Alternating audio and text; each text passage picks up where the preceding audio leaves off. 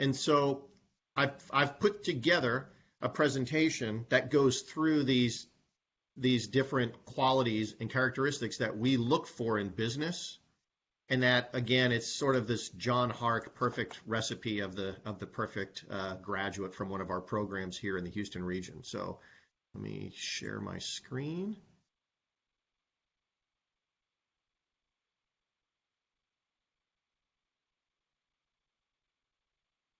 Okay. Can you see the PowerPoint? Yes? Okay.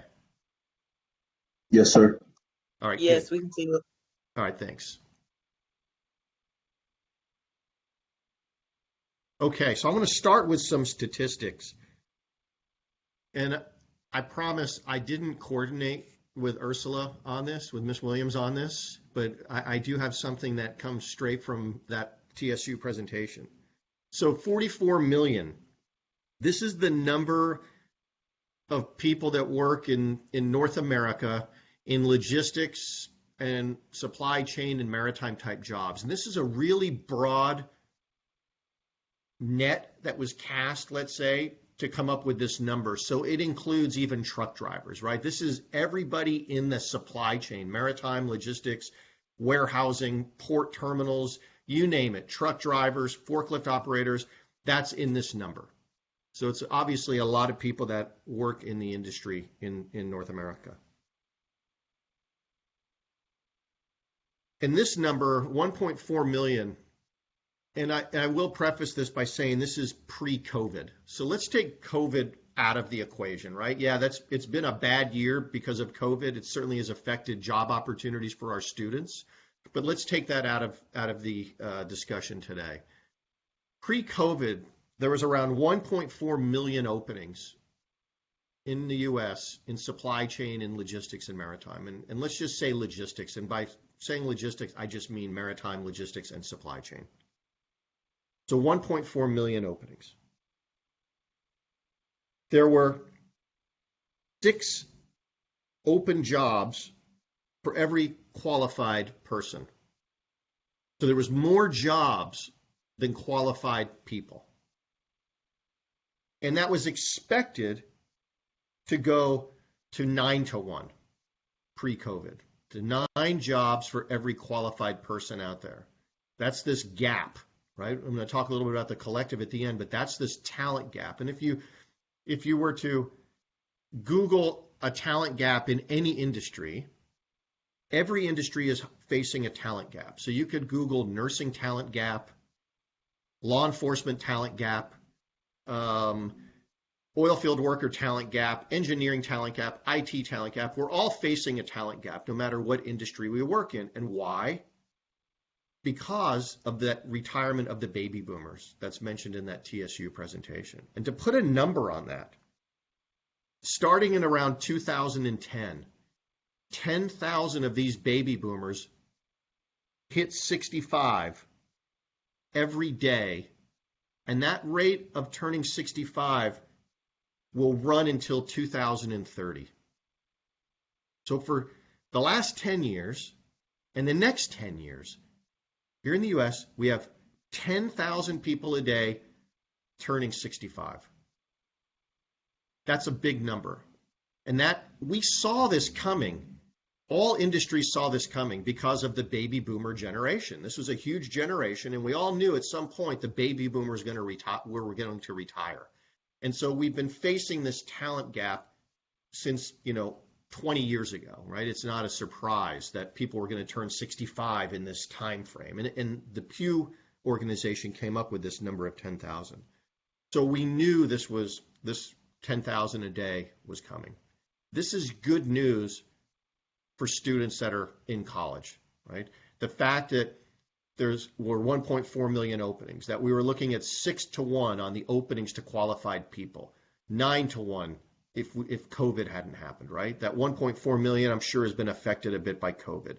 But one thing that has not stopped due to COVID, and I would say has been accelerated due to COVID, is that 10,000 number.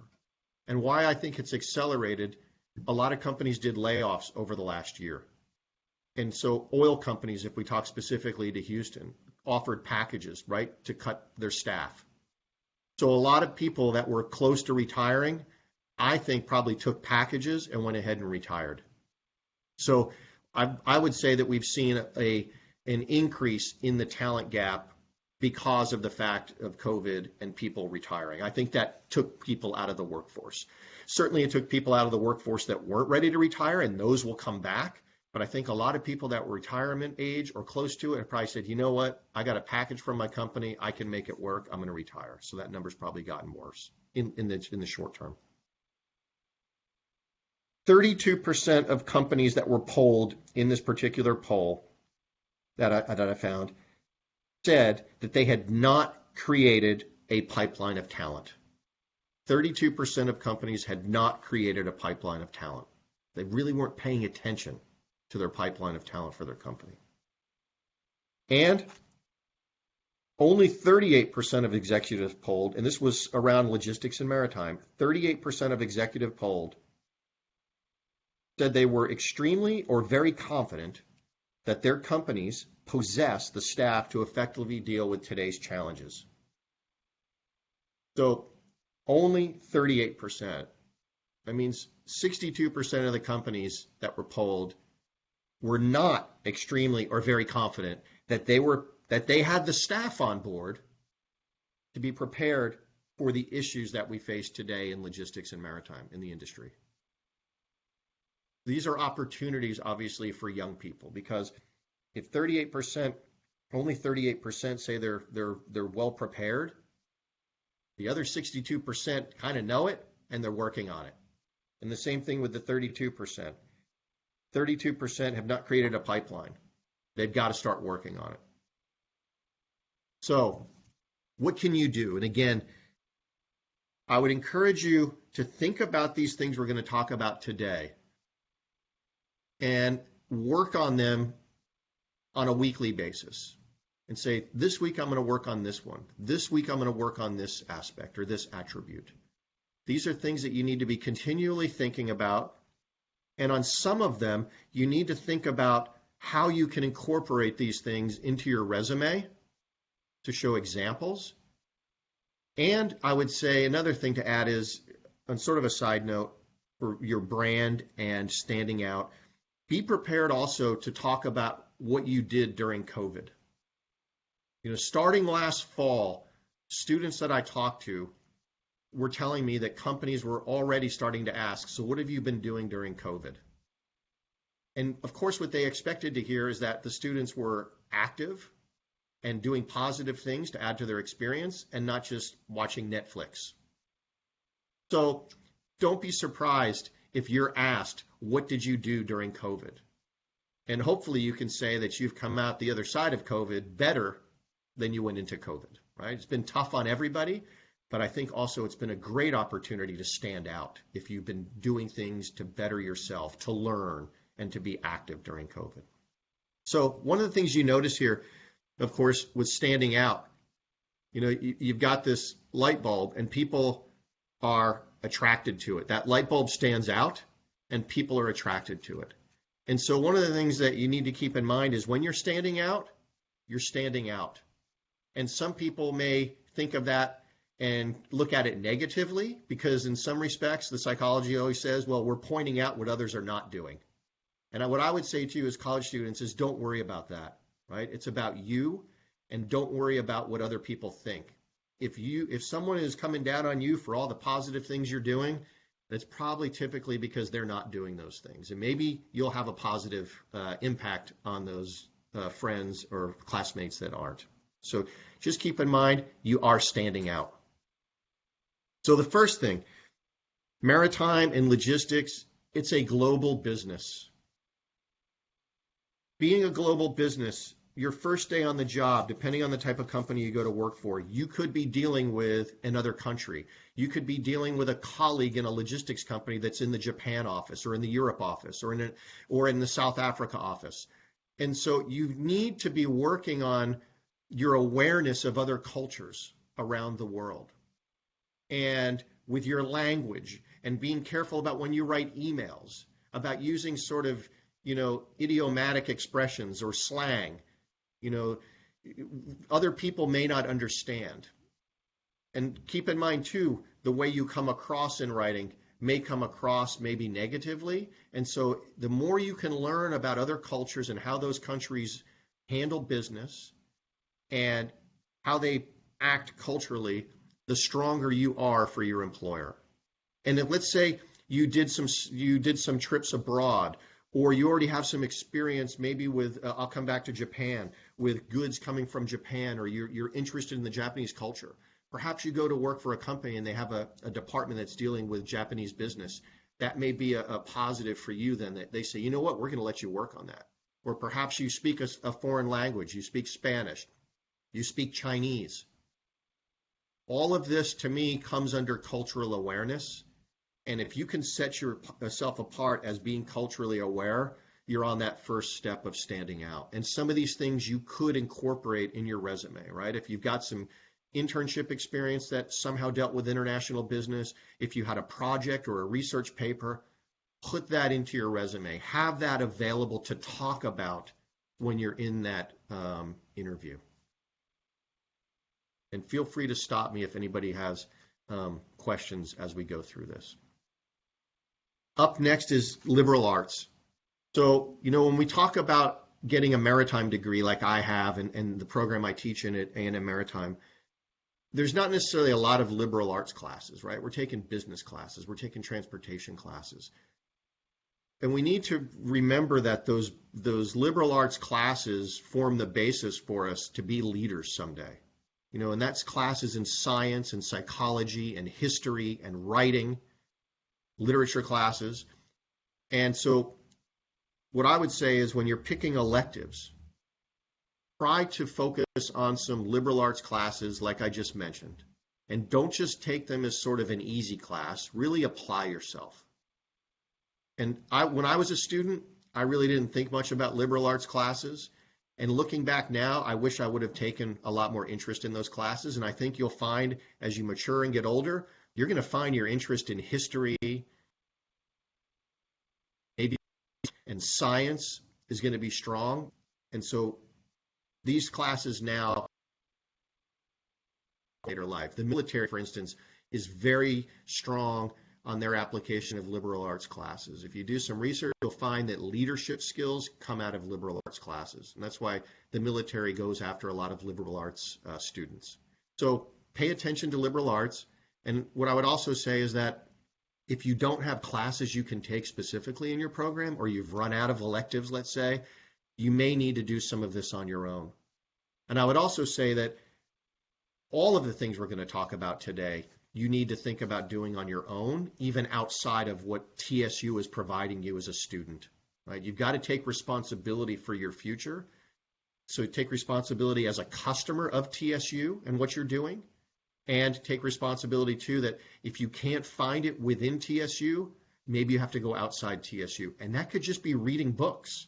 That could be listening to podcasts, right? It could be a YouTube video. There's free courses out there. So if you can't find it, I would say you still have this obligation, if you want to stand out, to find a way to better yourself.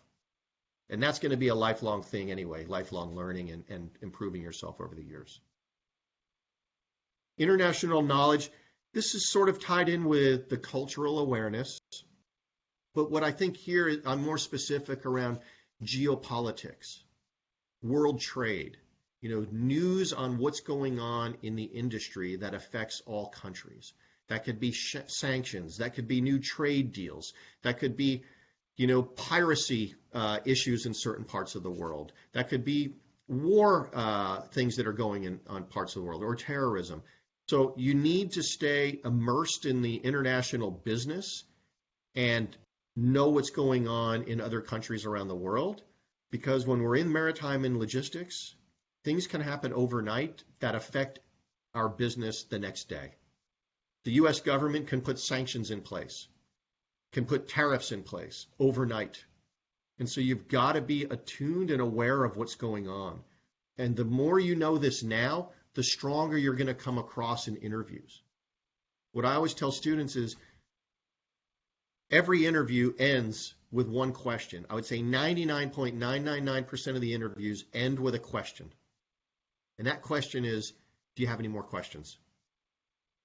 Every single interview, before that student leaves the interview, I can guarantee you the interviewer is going to say, okay, do you have any more questions? And one of the things I'm told is that students don't have any more questions. And so go into those interviews thinking about what's going on internationally that you're learning about as a student and immersing yourself in, and think about maybe it's interesting to ask how that's going to affect this particular company I'm interviewing with. And again, have ways to get this across on your resume and your experience. Technology and the future of technology. So here for the last few years, everybody's been talking about blockchain. That's certainly something that's going on, and you should at least have some knowledge of blockchain. But what I think is even more important than blockchain when you come out of college is to be the bright red shiny ball when it comes to just the office package. Be advanced with your Excel skills. Be able to crank out a PowerPoint presentation for a manager or a supervisor. And of course, know how to use Word, right? You know, when you're reviewing documents and putting in notations and things like that. So we expect you to really be experts. And you want to get to the point where not only do you just put Microsoft Office proficient on your resume, that you're comfortable in putting advanced Excel user. A lot of our graduates are going to be going into jobs where you may have to do data analysis that comes out of SAP or some other system that a company uses. And your boss, your supervisor, may come to you and say, hey, can you crunch this data for me? Here's what we're trying to find, some trends. I'm not an advanced Excel user, but you know the things there typically are going to be like pivot tables, right, to be able to analyze. And so find ways to increase your skills around Office. A lot of universities are limited how much we can get into that in our classes. So you may have to go outside of TSU to better yourself in these things. And there's certainly plenty of things available online that you can do. So think about technology and the future of technology and make sure you're up to date and be able to have that on your resume and to be able to talk about in interviews. Social media. You know, we used to, when social media first started, we would tell students, be really careful about being the person in like the top left picture or maybe the bottom, the middle picture out at parties with a drink in your hand. And so what I say nowadays is that what's more important to watch with your social media is what you write online. And so I put here, you know, something from the TSU Facebook page. And everybody's familiar with the people that are the trolls online and the keyboard warriors. That's out there too. And you can bet that employers are Googling your name and seeing if they can find something about you online. If you're out at a party with a drink, and even this poor guy that's asleep on the table, you know, maybe that was 3 o'clock in the morning or something like that, he could probably explain that away. I don't really even worry about that stuff anymore. What I students to worry about is what you write online. So online, on websites, you know, even on LinkedIn, on Facebook, on Twitter, that is out there, and employers see that as a direct look into your personality. And they could say, okay, this is the person that's going to be gossiping at the water cooler when they come to work here. So just be careful about your social media. You want to police it, but worry and think really more about what you're writing online than pictures of yourself online. Writing skills. Writing skills, I would say, have gone down in the last 20 years for various reasons. And this is something that you need to have from day one on a job. We still count so much on email. So your first day on the job, you're probably going to have a computer, you're going to have an email account, and you may be sending emails out. Find ways to practice writing. That could be the school newspaper. That could be writing something on your LinkedIn account. You find an interesting topic and you publish an article yourself to go on your LinkedIn account. That could be journaling. That's practice writing. And read about writing. I have a great book that I list here called On Writing Well by William Zinsser. It is a classic book on writing nonfiction. He has 3 books out. He has one about writing about topics like math and science topics.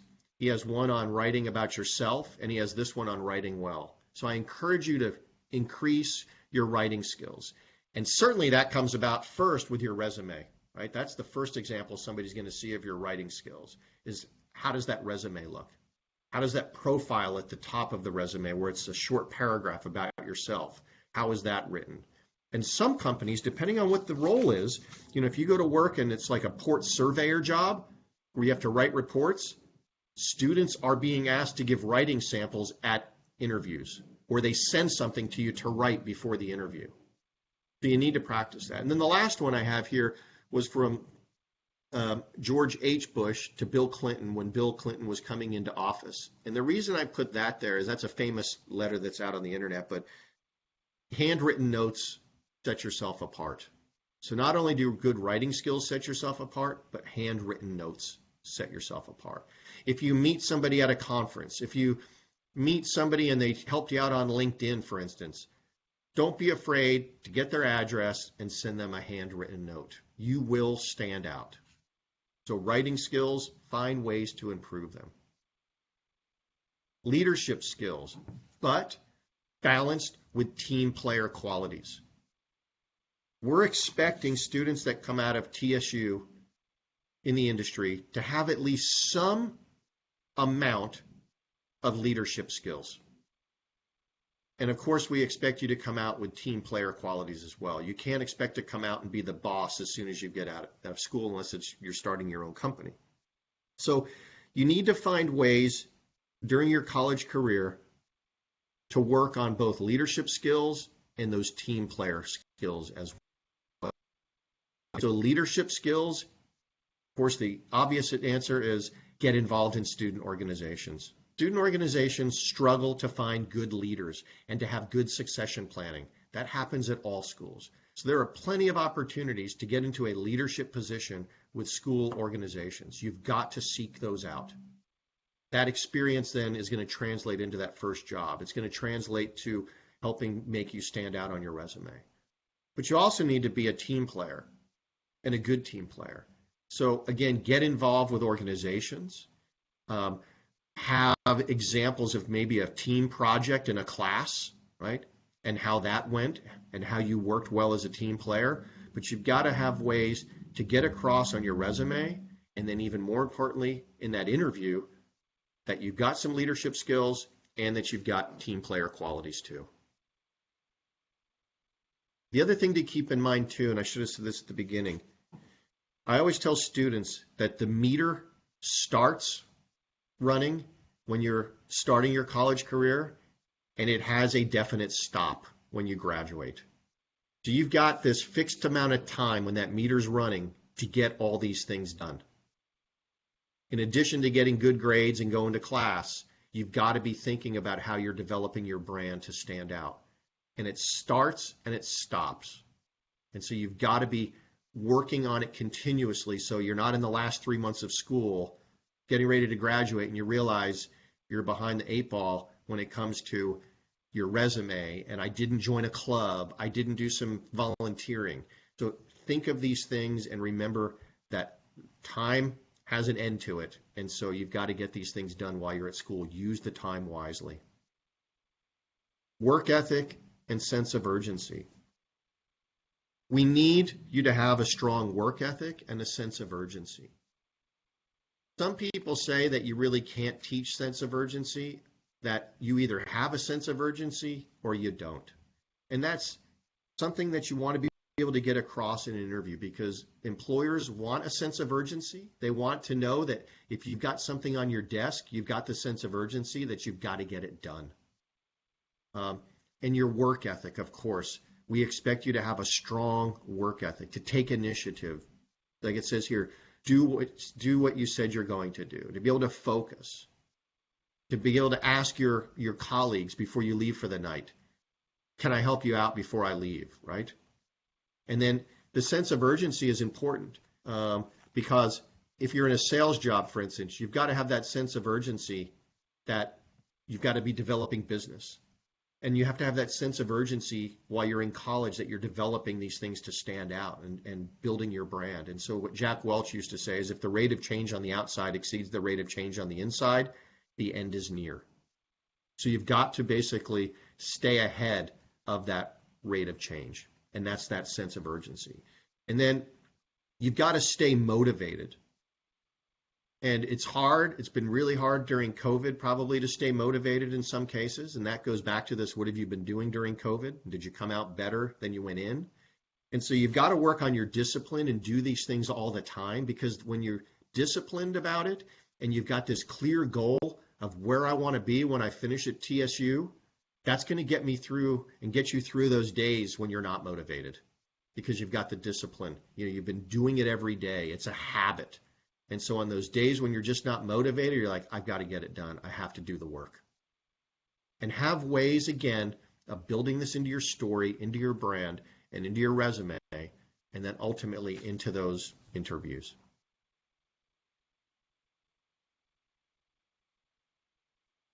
Public speaking. We all need to work on our public speaking skills. And everybody can better their public speaking skills. I think we've probably all been there in front of a crowd where we're nervous. I still get nervous sometimes. But what I'll tell you is that the more you do it, what you'll find is you're less nervous about the people in front of you and the crowd, and you'll become more concerned with, am I giving a good product? And so one of the things to think about with public speaking is sort of imagine that you're being paid to speak. And whether it's a class project you're speaking about, an interview, right? That's public speaking, sitting in front of an employer. Think about the way, if I was paid to do this today, am I giving a good product? Are they getting their money's worth? And so you need to find ways to work on your public speaking. Again, at TSU, that would be getting involved in student organizations. Those are opportunities to speak in front of the group as a leader. And take every opportunity you can when you're giving presentations in class with projects. Find ways to do that. It could also be some of your volunteering work. Maybe you're a team leader doing volunteering. Find the ways to do that and to develop and work on your public speaking skills, because I really feel that all of us have the ability to go from this to this. Everybody can go from being afraid to speak, I believe, to being up in front of a crowd and having no problem to speak to people. It just takes practice and application. Next, and this sort of goes back to your social media persona and what you put online. We need you to be nice, humble, and be taking the high road. And so there's a couple things I have here that I just think are good sort of memes about the topic. But, when it comes to being nice and humble, be strong but not rude. Be kind but don't be weak. Be bold but not a bully. Be humble but don't be timid. And be proud but don't be arrogant. Right? This is what we mean when we talk about being humble and taking the high road. And taking the high road is not easy. Maybe on a class project and you're getting into a disagreement with your classmate. Sometimes you just need to say, it's not worth the fight. I'm going to take the high road here and we're going to move the project along. And that's going to happen in your professional life. It's going to be a colleague. It's going to be your supervisor. It's going to be someone from an overseas office. You've got to be able to take the high road. To me, you can never lose when you take the high road. And so when you're interviewing again and working on your resume, be thinking about these things, because you could be asked. You really never know what type of questions an interviewer is going to ask you. And they may say something like, so do you feel you're a humble person? Do you feel like when you're in a situation that's a conflict that you can take the high road in an effective way? And you're going to say, yeah. Well, they may want to see some examples. They want to hear from you. Give me an example of where you had to take the high road. So always be thinking about this and working on it. And for your own peace of mind, taking the high road is a lot easier than just being in conflict all the time and arguing. It's tough, but it's the right thing to do. Taking care of yourself and others. What we really want to see with our graduates and students coming out is that you're volunteering. We talk about servant leadership and self-service in business. You can build those qualities in yourself and work on those things while you're still in college. Helping out other students, volunteering, but you also need to take care of yourself. And COVID is a great example, or a great, let's say, time, again, when you can say to a prospective employer, this is what I've been doing to take care of myself. And if you're taking care of yourself, you can then take care of others. So it says here, if your cup is empty, you have nothing to pour into others. It's really important. You need to be a healthy person. You need to be active, getting some exercise. You need to be meditating. Whatever the case is, whatever you do to better yourself and to take care of yourself, mentally and physically, are very important. And we have certainly found that during the last year with COVID. And so by taking care of yourself, you then can help others. And it's, of course, been said, too, that you feel better yourself when you're helping others. One of the ways to get through your own tough times is to help others. And as a business, if I see a student coming forward from college and they've been volunteering and helping out in organizations, that's a direct view for me that student graduating is going to be the kind of employee that's going to be a great team player. And again, goes back to that, they'll be asking for things to do to help out their colleagues. So this is what you want to be working on. And then as I've been saying all along, find ways to incorporate this into your resume if you can, and your brand. And I know through TSU, there are plenty of volunteering opportunities through the university, through the community, and through student organizations. Professors and mentors. So take advantage of your professors and mentors. And what I mean here is that too many students don't realize what professors can do for them. You see the professor up in front of class teaching a course, and it's always been surprising to me in my 20 years of teaching how few students actually engage with the professor. And by engage, I mean stay after class, introduce themselves, send an article once in a while, ask that professor for support. Do they know somebody at a company? Professors are standing by to help you out. We're not there just to teach the class, right? We're there to help you and to bring you along through the university and then out into the world. You're the product, basically, that we're producing. So it's up to us to make sure you're reaching your full potential. So you've got to, though, come halfway. And professors will do anything they can for students, especially when the student is also showing, I'm going to do everything I can and meet you halfway. So really reach out and lean on your professors for help and assistance and guidance outside of just that course you're taking with them. It's really a missed out opportunity for many students. The other thing is mentors. You need to seek out mentors. And so this is probably the most famous mentor of all, Yoda. And when the student is ready, the master will appear. One of the things I would say around mentors is that you can't force mentor relationships. So you don't want to just go have a coffee with some professional you met at an ITMA lunch or at the Breakbulk conference, right, or a port function, and then say to them, will you be my mentor? That can be a little bit much. It's an uncomfortable situation. It's akin to asking someone to write a reference letter for you when they don't really know you well enough to write the reference letter. And most students pretty much know when they're asking for these things that, maybe they don't really know me well enough. The mentorship is the same. Mentorship has to be a relationship that grows. And so when you meet people out in business, those are all potential mentors. But you've got to build credibility with that person and make a connection. And it can't just be from having one coffee with them or having 2 lunches with them. That person, that professional, just like your professor, they want to see your commitment. They want to see that you are truly interested in the industry and to be a productive member of the industry when you graduate.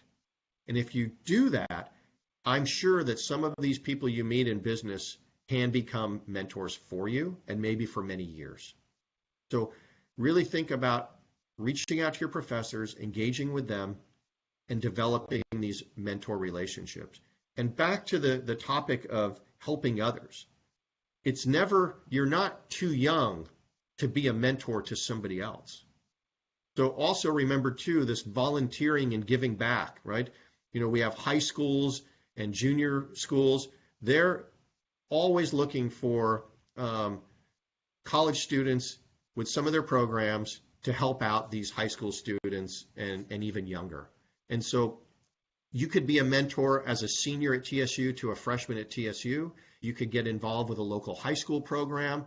It's important that you start that mentorship yourself, right? Don't be afraid to be a mentor. Don't think you're too young to be a mentor. There's always somebody that can benefit from your experience. You don't have to be somebody in business for 30 years to be a mentor for somebody. So very important, seek out the advice of professors and develop your relationship with them, and develop relationships with professionals to make mentor relationships. So all of these things that I've talked about, to me, are pretty easy. They're pretty obvious, but I'm always surprised at how few students apply themselves to do these things. That's good for the students that do it, because you don't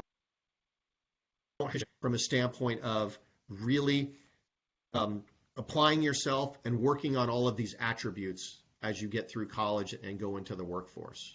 So they are easy things to do, but it takes time and it takes effort, it takes discipline, and it takes that motivation. So the time for action is now. And even if you're graduating this May in another month, let's say, or less, and you haven't done some of these things, it's still not too late. You just need to start working on these things, because many of these attributes, I would say all of them, will go into your working career. So even when you're working, you need to be culturally aware. You've got to have international knowledge. You need to have team player and leadership qualities. You need to have mentors. You need to be giving back. You need to be increasing your skills around technology.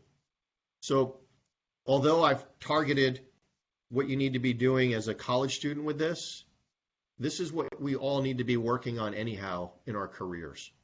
And so these are things that I think about all the time. What I'll add here too at the end with the mentorship and building your brand and networking, it was mentioned in my bio. All of you should take advantage of my initiative that I started last April, the Collective. And what that does is that if you're interested in an area of the industry, let's say port terminal operations or container ships or trucking, I can pair you with an industry person that works in that specific area of the industry. And that person then can give you some guidance on their career, on their company, and what you need to be doing if you want to go into that side of the business. And some of those relationships also can grow into mentor relationships as well. So you need some visibility in the industry, and you need a way to build credibility.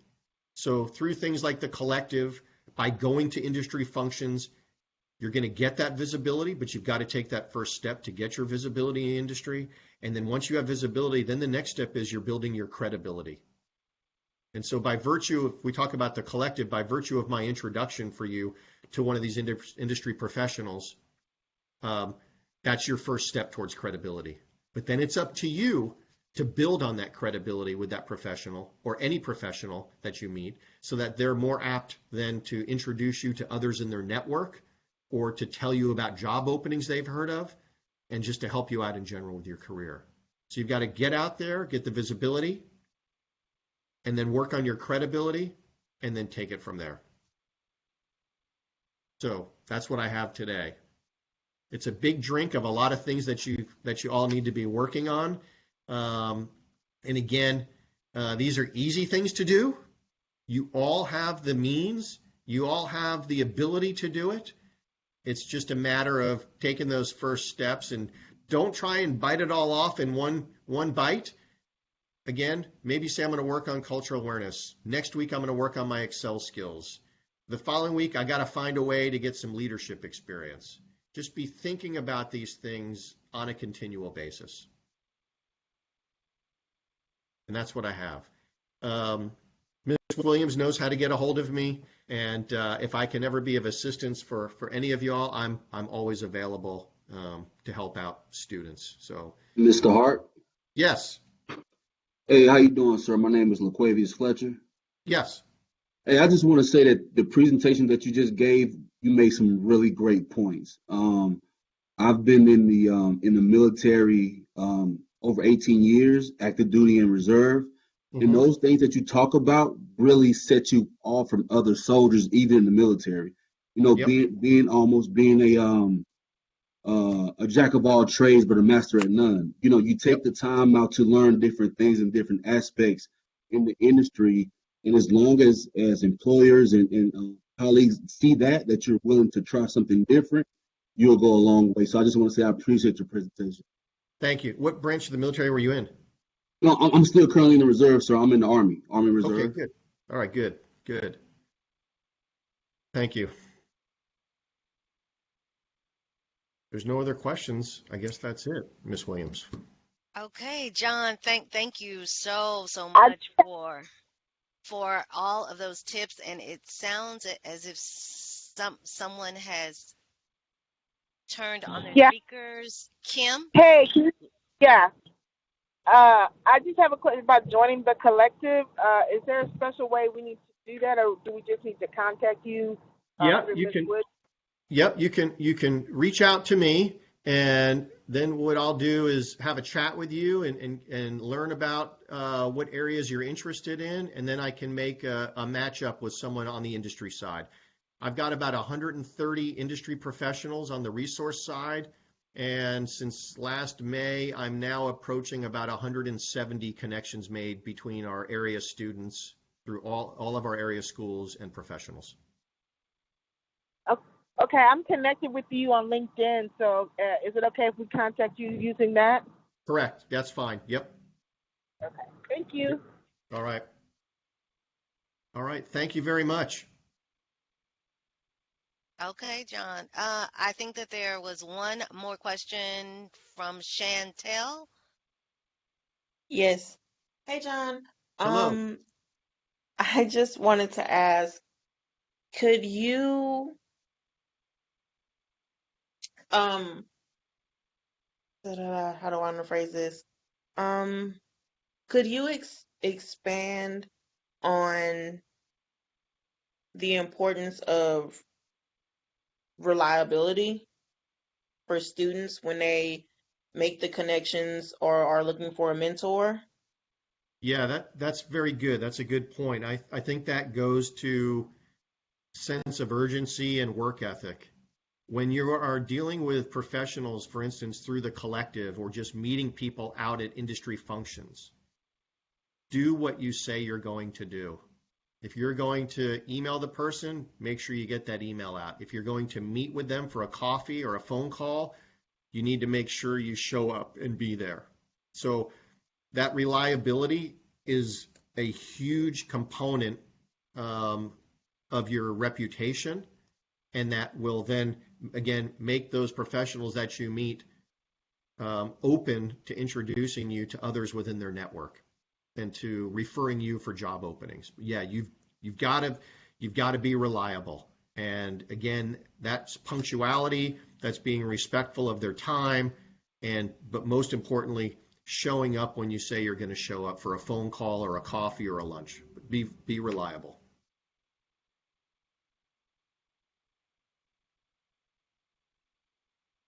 Okay, that was awesome. John, thank you so much. And I will actually post this on our TSU Maritime YouTube page, and it'll be seen by students, parents, teachers. So Good. thank All you. right. Thank you. Thank you for having me. Everybody have a good rest of Yes, your sir. week. All right. Thank you. Thank Thanks. you.